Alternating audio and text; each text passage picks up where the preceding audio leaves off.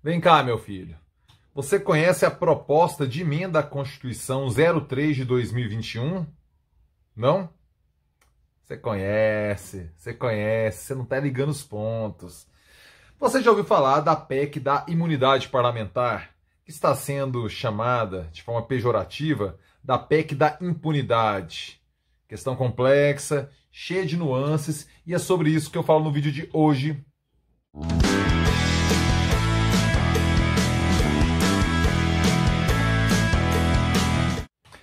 Fala aí, rapaziada! Tudo beleza? Sextou bonito aí? Sextou bonito aqui. Hoje, sexta-feira, dia 26 de fevereiro de 2021, aniversário da minha mãezinha. Um beijo, dona Lena Costa, sim.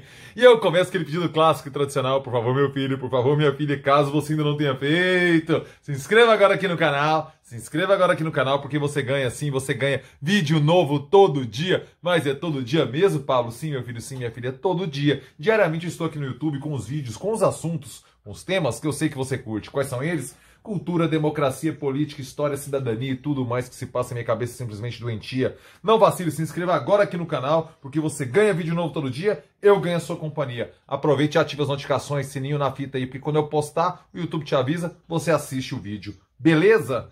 Bora lá que o tema hoje é complexo, é cheio de nuances, a gente tem que observar, porque se formos de forma... Se abordarmos o tema de forma precoce, nós podemos quebrar um pilar da democracia e nós podemos também favorecer absurdos corporativistas dentro do parlamento. A gente tem que achar o meio termo justo dessa situação e é complexo, não é fácil. A Câmara dos Deputados aprovou, nesta quarta-feira, dia 24, a admissibilidade da PEC 3 de 2021, que ficou popularmente conhecida como PEC da imunidade parlamentar e, pelos seus críticos, pela PEC da impunidade. A avaliação da proposta foi aprovada por 304 votos contra 154 votos e 2 abstenções. Naturalmente, o fato gerador desse debate é a prisão daquele deputado, daquele ser lamentável chamado Daniel Silveira, aquele que, na minha concepção, atenta contra a democracia brasileira. Na minha concepção, um ser lamentável, como bem coloquei. Aquele foi o fator gerador de toda essa conversa, porque é inegável que os parlamentares ficaram receosos de até onde vai o poder do judiciário, até onde vai a imunidade parlamentar nos tempos de hoje. Então esse debate precisa ser feito sim, com cuidado, sem paixões, analisando caso a caso. Para não ficar em cima do muro, você sabe que não é meu feitio, eu acho a lei mais errada do que certa. Eu acho que ela mais cria brechas brechas para impunidade do que ela cria acertos. Só que a gente não pode partir para a crítica histérica, histriônica, caricata que vemos nas redes sociais por aí. Vamos nos aprofundar no tema e tentar observar as nuances. Porque esse é meu papel aqui, meu compromisso com você é fazer um jornalismo honesto, analisando o fato em toda a sua complexidade, ou no máximo que eu dou conta, ao menos, né? E aí eu sempre conto com a sua ajuda aí nos comentários. Por favor, deixe seu comentário, porque é você que ajuda a deixar mais complexa ainda a reflexão que a gente sempre traz aqui no YouTube. Muito obrigado pela sua companhia de todo dia aqui no canal. Agradeço de coração, meu velho. Vamos lá. Primeiro a gente tem que entender o que é imunidade parlamentar. Esse é o primeiro ponto que a gente tem que observar. O que um parlamentar pode fazer do que nós, cidadãos ordinários, não podemos? Liberdade de expressão. Ele sim goza de uma liberdade de expressão mais ampla, mais generosa do que nós. O congressista, ele pode, além do direito de crítica, ele pode até difamar. Ele tem esse direito. Essa é uma prerrogativa parlamentar, desde que no exercício de sua função, certo? Nós não podemos. A difamação é um crime chamado crime contra a honra e a reputação das pessoas.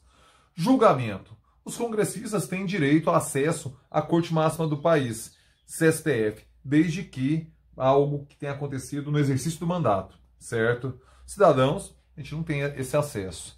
Prisão em investigações. O congressista só pode ser preso em flagrante. A gente tem uma série de possibilidades de sermos presos, não necessariamente somente em flagrante. Local da prisão. O congressista, ele tem o direito de ficar sob custódia na Polícia Federal. Nós não.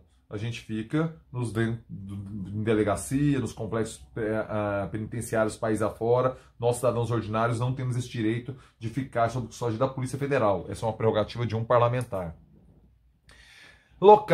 Já falei, afastamento do cargo pelo judiciário. Eles só podem ser afastados pelo STF, os congressistas.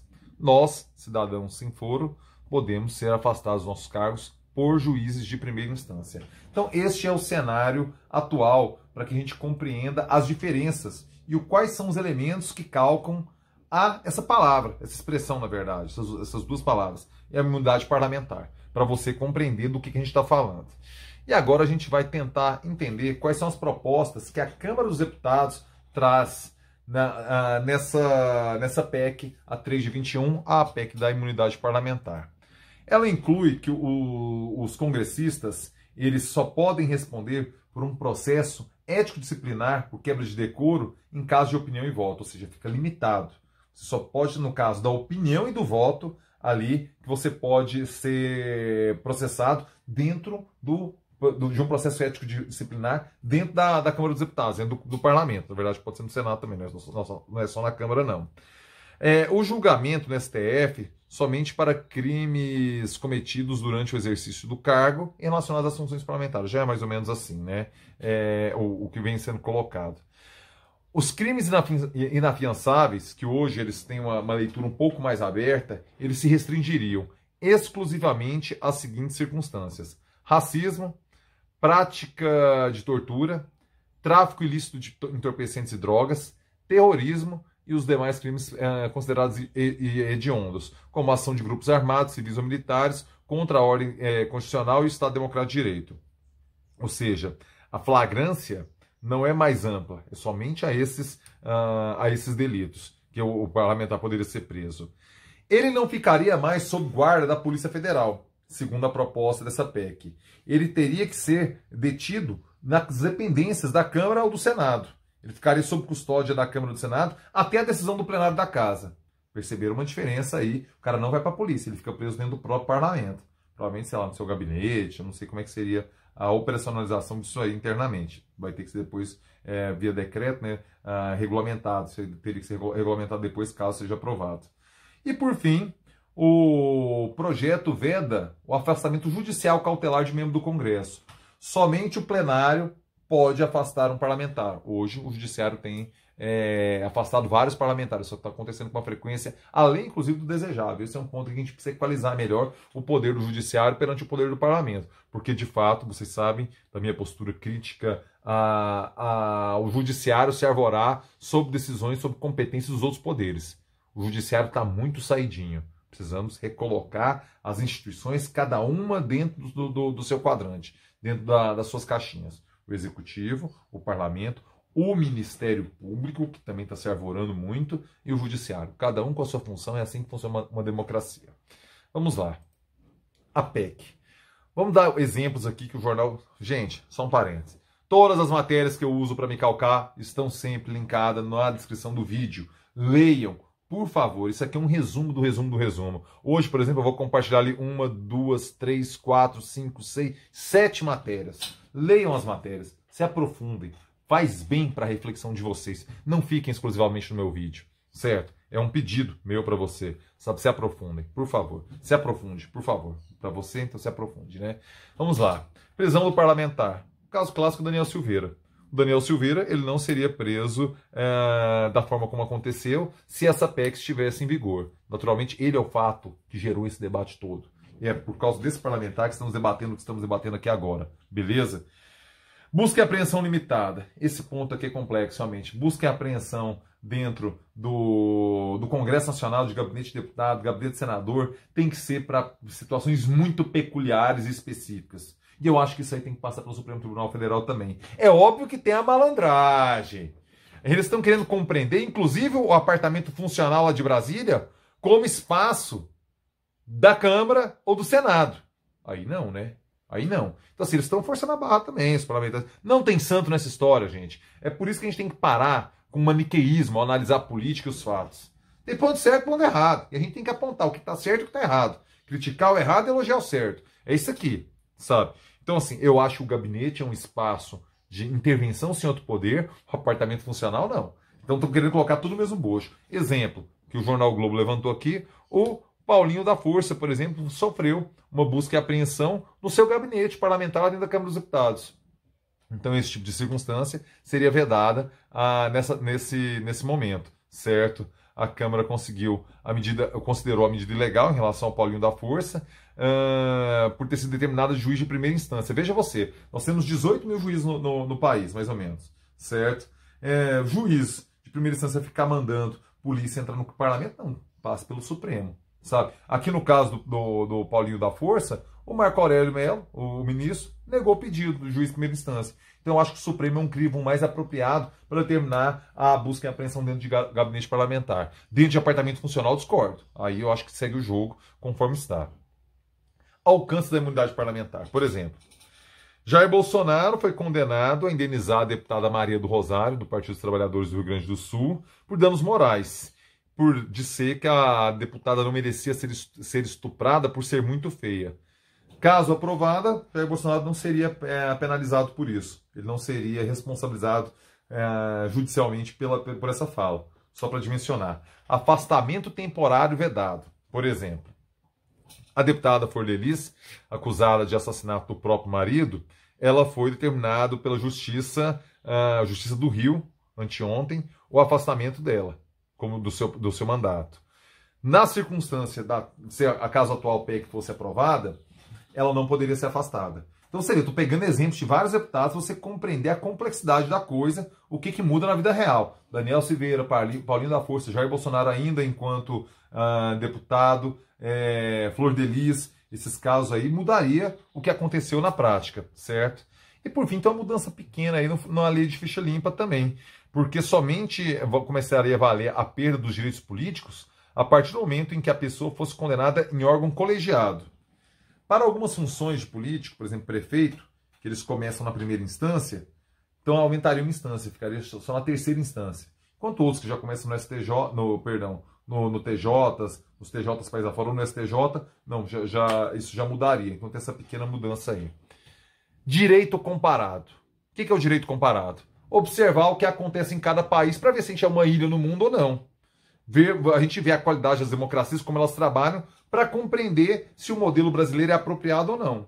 E o modelo de imunidade parlamentar brasileira, veja você, está bastante coerente com o que é feito no mundo afora.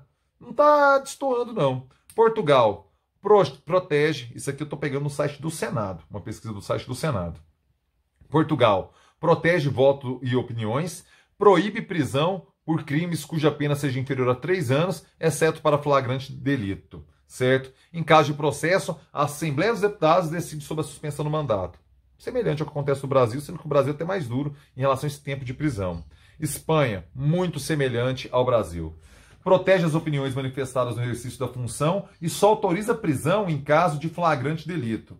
Os parlamentares só podem ser processados se houver autorização da Câmara e a foro especial. O cara já vai para a sala penal do Tribunal Supremo, que é como se chama o STF espanhol. Muito semelhante ao modelo brasileiro, modelo espanhol. França, aqui, hipergarantista também. Protege opiniões e votos decorrentes do exercício da função, proíbe prisão prévia sem autorização da mesa da Câmara e a que pertence, exceto em flagrante delito. Flagrante delito, pelo jeito, é um consenso mundial, viu? Isso aí, a maioria das democracias que eu pesquisei nesse texto aqui citam isso aí como um pré-requisito essencial. Só que é o seguinte... Durante o período das sessões, o cara não pode ser preso, certo? Só fora, não pode chegar lá dentro da sessão e prender o cara, entendeu? Fora da sessão. Mas a Câmara tem a função de suspender a prisão. Então, assim, os deputados votam e se eles considerarem isso injusto, uma interferência no poder, essa prisão pode ser suspensa. Itália protege votos e opiniões e nega autorização prévia para processo penal contra deputados e senadores, exceto em caso de flagrante delito. Bastante semelhante também. Argentina protege votos e opiniões e proíbe processo penal, exceto em caso de flagrante na execução de crimes graves. Ou seja, na Argentina é semelhante ao que a PEC está propondo. Somente naqueles crimes que eu citei anteriormente, a Argentina trabalha nesse modelo. Inglaterra protege... A Inglaterra já distingue bastante do Brasil. Protege exclusivamente a atividade relacionada com o parlamento. Qualquer outra coisa fora, o cara vai para a primeira instância normal, tal. O modelo inglês é distinto dos outros países que se tem anteriormente e do brasileiro também. Até porque o sistema jurídico inglês vem da tradição do common law. A gente aqui não vem dessa tradição. Então, é distinto realmente. O modelo inglês ele é distinto do que acontece no modelo jurídico brasileiro. Isso são escolas distintas, né? O Brasil se calca muito no modelo germânico, modelo alemão, modelo romano. Então, são esses os paradigmas do modelo judiciário brasileiro, a gente ter clareza dos fatos. Estados Unidos, semelhante ao modelo inglês, porque um país de colonização inglesa. Então, a lógica jurídica, ela coincide com isso. O deputado lá, o parlamentar, só pode ser preso por crimes de traição, crime comum ou perturbação da ordem pública. Esses são os casos em particular. Vamos para a questão política do Brasil agora. O que significa isso de quarta-feira ser votado, tentado votar? O Lira já queria colocar isso para votar hoje, não teve espaço político, hoje sexta-feira, dia 26 de fevereiro, não teve espaço, mas assim, de quarta-feira o trem, vamos lá, deu uma atropelada geral no debate.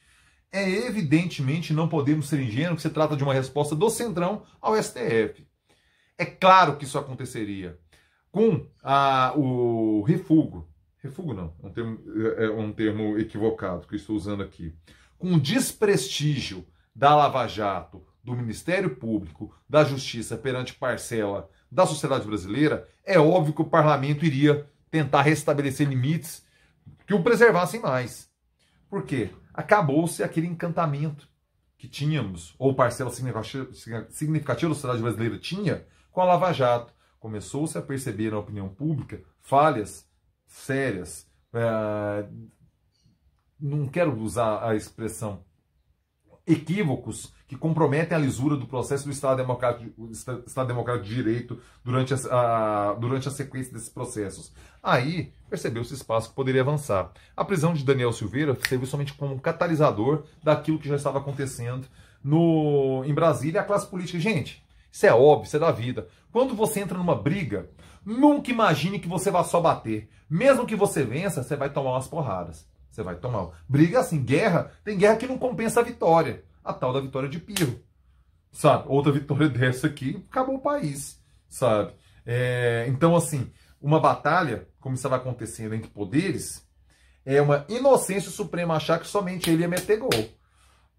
Você vai e volta, vai e volta. Agora é hora de voltar. Então o Centrão está mandando recado, sim, para o Supremo Tribunal Federal. E o Centrão se fortaleceu.